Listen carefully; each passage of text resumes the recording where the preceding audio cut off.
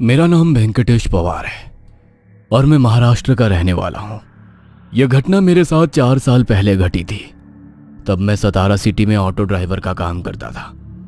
मेरा गांव सतारा से 8 किलोमीटर दूर पर था, इसलिए जब भी मेरा काम खत्म हो जाता मैं रात के 8 बजे अपने गांव लौट जाता। लेकिन एक दिन मुझे मेरा दोस्त मिल गया। उसके साथ कुछ बातचीत करते हुए और खा पी कर मुझे वापस गांव निकलने के लिए रात के 12:30 बज गए। गांव जाने वाला रास्ता काफी सुनसान था। दोस्त काफी दिन बाद मिला था, इसलिए खुशी में मैंने कुछ दारू पी थी। मैं शहर से बाहर आया हुआ था और घाट की तरफ बढ़ रहा था। तभी मैंने देखा कि दूर रास्ते पर रास्ते के किनारे एक बूढ़ी औरत खड़ी है। मुझे लगा कि शायद वो पैसेंजर होगी, इसलिए मैंने अपना ऑटो उस बूढ़ी औरत के पास जाकर रोक दिया और पूछा, कहाँ जाना है माँ जी? लेकिन तभी उस बूढ़ी औरत ने अपने हाथ में पड़ी एक काली पोटली मेरी गोद में फेंकी और बोली, मेरे सभी बुरे कर्म अब तुम्हारे हुए, संभालो इन्हें। और ऐसा कहते हुए वो वापस से जंगल में भागते हुए जाने लगी और जाते जाते वो एक और बात बोलते हुए चली गई, उस पोटली को मत फेंकना, वरना तुम्हारे साथ बहुत ही बुरा होगा। यह सुनकर मैं काफी डर गया, क्योंकि मैं जान चुका था कि ये कोई जादू टोने वाला मामला है। मैं ऑटो से नीचे उतर गया और उस बुढ़िया पे चिल्लाते हुए बोला, ए बुढ़िया, वापस आ जा, कहाँ जा रही है? लेकिन वो बुढ़िया रुकी नहीं और कुछ ही देर में वो जंगल के काले अंधेरे में गुम सी हो गई। लेकिन मैं काफी डरा हुआ था। जी कर रहा था कि उस बुढ़िया का पीछा करते हुए जंगल में चला जाऊं और उसके मुंह पर एक जोर सा तमाचा मारूं। लेकिन मैं ऐसा नहीं कर सका, क्योंकि मुझे डर था कि अगर मैं जंगल में चला गया तो वो बुढ़िया मुझ पर कुछ और काला जादू ना कर दे। मुझे कुछ भी समझ में नहीं आ रहा था कि मैं क्या करूं। मैं उलझन में पड़ा हुआ था कि मैं वो पोटली अपने पास रखूं या फेंक दूं। मुझे लगा कि मुझे वो पोटली फेंक देनी चाहिए, लेकिन दूसरे ही पल मेरे मन में एक ख्याल आया कि अगर मैंने इस पोटली को फेंका तो कहीं मेरे साथ कुछ बुरा ना हो जाए। मैं ऑटो में बैठ गया और मैंने अपनी बीवी को कॉल लगाया। मेरी बीवी बोली कि वो पोटली अपने ही पास रखे और घर चले आए। घर आने के बाद हम उसे एक तांत्रिक को दिखाएंगे और इसका कोई तोड़ निकालेंगे। उसके बाद मैंने फोन रख दिया और पैरों के पास पड़े उस पोटली को उठाकर जेब में रख दिया। लेकिन तभी मुझे जंगल से पायलों की छन छन सुनाई दी। मैंने उस तरफ देखा, लेकिन अंधेरे की वजह से मुझे कुछ भी दिखाई नहीं दे रहा था। तो मैंने टॉर्च उठाई और उस तरफ चमकाई तो मैंने देखा कि जंगल में एक पेड़ के पास एक लाल साड़ी पहनी एक सुंदर औरत खड़ी थी। वो दिखने में काफी ज्यादा सुंदर थी। रंग गोरा था, उसके लंबे लंबे काले बाल थे, उसके होठ लाल थे, माथे पर लाल बिंदी थी। वो इतनी ज्यादा सुंदर थी कि उस पर कोई भी मर मिटने के लिए तैयार हो जाता। मेरे मन में उसके लिए वासना जागने लगी। मैं बस उसे घूरे जा रहा था। मैं चाहता था कि वो औरत ऑटो में आकर बैठ जाए। मैं उसे सर से लेकर पांव तक निहारे जा रहा था कि तभी मैंने देखा कि उसके पैर उल्टे हैं। मैं जान गया कि वो कोई औरत नहीं बल्कि एक चुड़ैल है। वो चुड़ैल धीरे धीरे मेरी तरफ बढ़ रही थी।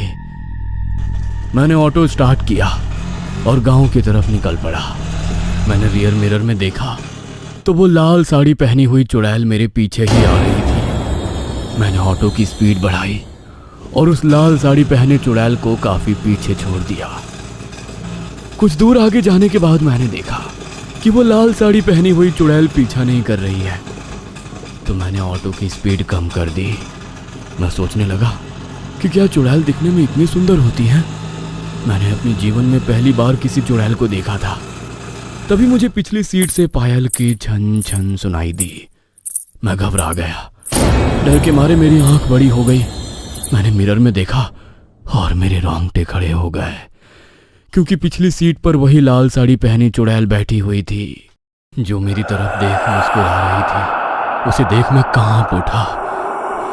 मैंने जैसे तैसे ऑटो को ब्रेक लगाया और ऑटो रोक दी। मैंने ऑटो की चाबी निकाली और रास्ते पर भागने लगा। पीछे से मुझे उसकी आवाज सुनाई दी। वो कह रही थी, रुको, मुझे बस एक औलाद दे दो, मैं तुम्हें जो मांगोगे वो दे दूंगी। लेकिन मैं उसके झांसे में नहीं पड़ने वाला था। मैंने मुड़कर भी नहीं देखा। काफी देर तक भागने के बाद मैंने मुड़कर देखा तो मेरे पीछे कोई भी नहीं था। यह देख मैं रुक गया। मैं बाल बाल बच गया था। वह चुड़ैल मेरे साथ एक बच्चा पैदा करने वाली थी। मैंने ये बात सुन रखी थी कि कुछ चुड़ैल इंसानों के साथ सहवास करके बच्चे पैदा करती हैं और उनकी बलि देकर अपनी आयु बढ़ाती है। शायद वो चुड़ैल यही चाहती थी। देर हाँफने के बाद मैंने आगे देखा। आगे रास्ते पर कुछ दूरी पर एक बूढ़ा आदमी एक छोटे बच्चे का हाथ पकड़कर रास्ते के किनारे से चल रहा है। मैं काफी डरा हुआ था। मुझे किसी के सहारे की जरूरत थी। मैंने पीछे से उनको आवाज लगाई, ओ चाचा जी रुक जाओ। लेकिन फिर भी वो बूढ़ा नहीं रुका। मैंने एक बार फिर से उन्हें आवाज दी, ओ चाचा जी जरा रुक जाओ। लेकिन फिर भी वो बूढ़ा नहीं रुका। इसलिए मैं भागते हुए उन दोनों के आगे जाकर ठहर गया। और जैसे ही मैंने उन दोनों के चेहरे की तरफ देखा, डर के मारे मेरे रोंगटे खड़े हो गए, क्योंकि उन दोनों की आंखें ही नहीं थी और उनके मुंह से काले रंग की धारें बह रही थी। यह देख मेरे मुंह से चीख निकल गई और मैं तेजी से वहां से भागा। मैं अपनी जान मुट्ठी में लेकर रास्ते से भाग रहा था। कुछ देर भागने के बाद मैं रास्ते पर रुक गया और हाँफने लगा। तभी मेरे पीछे से हॉर्न की आवाज आई। मैंने मुड़कर देखा तो एक कार मेरी ही तरफ बढ़ रही थी। मैंने हाथ हिलाकर उनसे लिफ्ट मांगी और कार मेरे पास आकर रुक गई। और फिर मैं कार में बैठ गया और कार मेरे गांव की तरफ निकल पड़ी। मुझे डरा हुआ देख कार ड्राइवर ने मुझे पूछा, क्या हुआ भाई साहब, आप काफी डरे हुए लग रहे हैं। यह सुन मैंने उससे जवाब दिया कि मैं एक ऑटो ड्राइवर हूँ और कुछ ही देर पहले अचानक से मेरी ऑटो में एक चुड़ैल आ बैठी थी और उसके बाद मैं मेरा ऑटो छोड़कर रास्ते में भाग रहा था। यह सुन वो आदमी मुस्कुराया और बोला, अरे भाई साहब ऐसा कुछ नहीं होता। मैं कई सालों से इसी घाटी से गुजर रहा हूँ, लेकिन मेरा अभी तक किसी भी चुड़ैल या भूत से पाला नहीं पड़ा। शायद आप थके होंगे या फिर आप नशे में हैं, इसलिए आपको वहम हुआ होगा। हाँ हो सकता है, मैंने उसे जवाब दिया और फिर रास्ते की तरफ देखते हुए इस सीट पर बैठ गया। जब मेरे गांव का चौराहा आया तो मैं कार से नीचे उतर गया और अपने घर चला गया। घर पहुंचते ही मेरी बीवी ने मुझसे पूछा कि वो पोटली कहाँ है, लेकिन मैंने अपनी बीवी को कोई भी जवाब नहीं दिया। उसने 2-3 बार मुझसे पूछा, लेकिन फिर भी मैंने उसे जवाब नहीं दिया। दूसरे दिन मैं मेरा ऑटो लेने के लिए गांव के बस स्टॉप की तरफ निकल पड़ा और बस का इंतजार करते हुए बस स्टॉप पर ठहर गया। तभी वहां पर कुछ आदमी एक दूसरे से बातें कर रहे थे कि कल रात यहां से कुछ 2 किलोमीटर दूरी पर एक कार एक्सीडेंट हुआ है और उसमें कार ड्राइवर की मौत हो चुकी है। यह सुन मैं उन 2 आदमियों के पास जाकर खड़ा हुआ।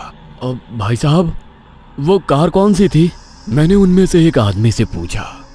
तब उसने जवाब दिया कि वो एक काले रंग की मारुति कार थी। यह सुन हैरानी से मेरी आंखें बड़ी हो गई, क्योंकि वो कल रात वाली ही कार थी। मुझे कुछ देर बुरा लगा क्योंकि उस भले आदमी की मौत हो चुकी थी, लेकिन मैं खुश था क्योंकि अब मेरे सिर के ऊपर से खतरा टल चुका था। ऐसा इसलिए हुआ था क्योंकि कल रात कार से उतरने से पहले ही मैंने वो काली पोटली जानबूझकर कार में ही छोड़ दी थी और पोटली रखते वक्त मैंने धीमी आवाज में कहा था, मेरे सभी बुरे कर्म अब तुम्हारे हुए, संभालो इन्हें। और फिर मैं कार से नीचे उतर गया था। मुझे लग रहा था कि उस बुढ़िया के बुरे कर्म मेरे ऊपर आए थे, इसलिए सारी बुरी ताकतें उन बुरे कर्मों की तरफ आकर्षित हो रहे थे, यानी मेरी तरफ आकर्षित हो रहे थे। इसलिए मैंने वो बुरे कर्म उस ड्राइवर के ऊपर डाल दिए और उसके बाद वो बुरी शैतानी ताकतें, बुरी आत्माएं कार ड्राइवर की तरफ आकर्षित हुईं और उन्होंने उसकी जान ले ली।